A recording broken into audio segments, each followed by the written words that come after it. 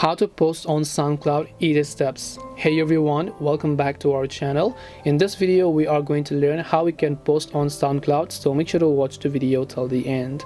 Now if you'd like to post music on SoundCloud, it's fairly simple to do so. All you have to do is make sure you download the SoundCloud app, open it up, and make sure you also sign into your account. Now remember that I'm talking about the application. Once you do that, if you look at the very top right of the screen, you'll find a little upper arrow icon pointing towards the upward direction.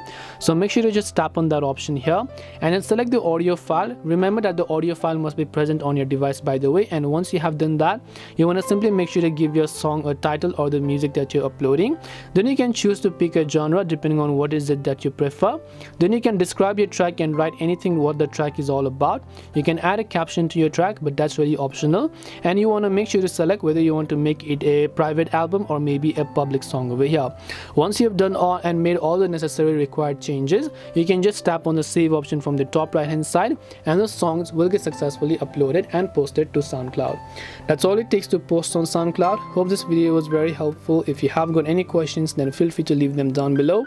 Thank you very much for watching till the end, and see you soon in the next video.